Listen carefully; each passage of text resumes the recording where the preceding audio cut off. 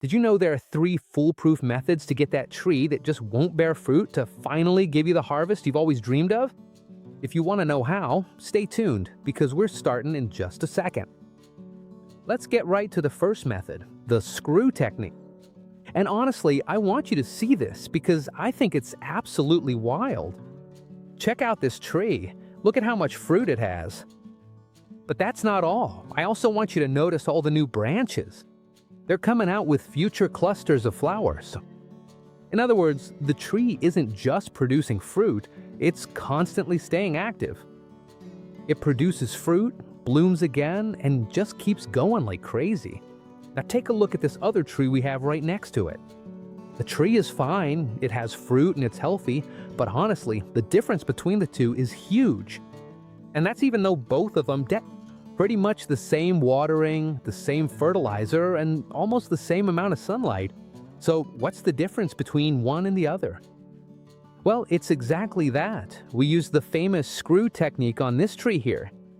And yes, even though it might sound silly, it works way better than people think. In fact, a lot of people have been using screws or small nails in productive branches for years to trigger a response in the tree and really boost flowering and fruit production. So how exactly can we do this? Well, it's actually extremely simple to do. We're just going to use a small screw, about 1 inch long. It doesn't need to be big, and we're not going to go all the way through the branch. That's very important. We're just going to insert it a few centimeters into a branch of the tree. It can be in either main or secondary branches, no problem. And even though it might seem insignificant, what happens inside the tree is really interesting. The tree interprets that small injury as damage and automatically starts activating survival mechanisms. So what does the tree try to do when it thinks it might be in danger? It tries to reproduce even more vigorously. That's why, many times after using this technique, we see a lot more activity, more flowers, more shoots, and ultimately a lot more fruit. In other words, the tree basically enters a continuous production cycle. And honestly, seeing results like these, I totally understand why so many people still use these kinds of techniques today. But be careful, because if you want to make sure all those flowers and all that production actually set properly, at the end of the video, I'm going to show you the exact amount of potassium your fruit tree needs, so these techniques work even better. And now let's move on to the second technique, girdling. And honestly, I want you to take a look at this grapefruit because this is on a whole other level. Check out how loaded it is with fruit, but not just with fruit. Also, look at all the future fruits that are on their way. Almost all the flowers have ended up setting, and honestly, for the size, for how small this tree is, the amount of fruit it's going to produce is impressive. In fact, we'll probably have to remove some of the fruit because it's just overloaded. And it's precisely on this tree that we use the girdling technique. It's actually very simple to do. The first thing we're going to do is select a secondary branch, never the main trunk, always a branch. And if the tree is young, it's best to do it on just one branch. There's no need to do it on the whole tree. Next, using a knife, we're going to make 2 small parallel cuts around the branch. These cuts should be spaced about 3 to 5 millimeters apart, which is roughly between 1/8 and 1/4 of an inch. And this is how we do it.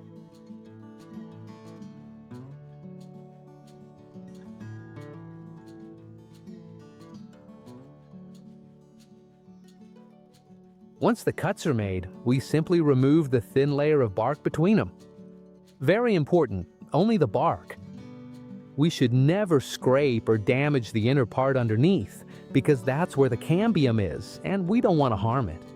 All we're trying to do here is partially interrupt the flow of elaborated sap. And even though it might seem trivial, the effect it has on the tree is impressive. Because the tree interprets that wound as damage, and it immediately starts reacting, trying to cover and compensate for that area. And as a result, we often see a much more intense flowering and a much greater fruit production, which is exactly what we're aiming for.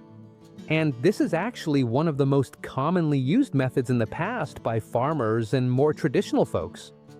I should also mention that it's completely normal for the branch where we've done the girdling to turn slightly yellow for a while afterward. That's totally natural. That happens because we partially interrupt the flow of elaborated sap in that area. But honestly, the result we get afterward is spectacular because the tree responds with a lot more activity, many more flowers, and a lot more fruit. And now let's move on to the third technique, scoring. And honestly, this is probably one of the simplest techniques to do and at the same time, one of the most effective for waking up trees that practically don't want to produce. And it's extremely easy to do. All we're going to need is a sharp, disinfected knife. Next, we'll select a secondary branch or an area of the tree that we want to stimulate. And now what we're going to do is make 2 parallel longitudinal cuts.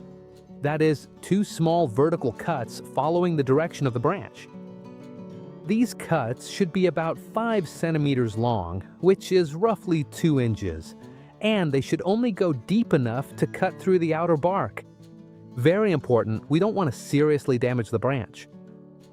All we're trying to do is create a little controlled stress in that area, and even though it might seem insignificant, the tree interprets that damage exactly the same way as in the previous techniques.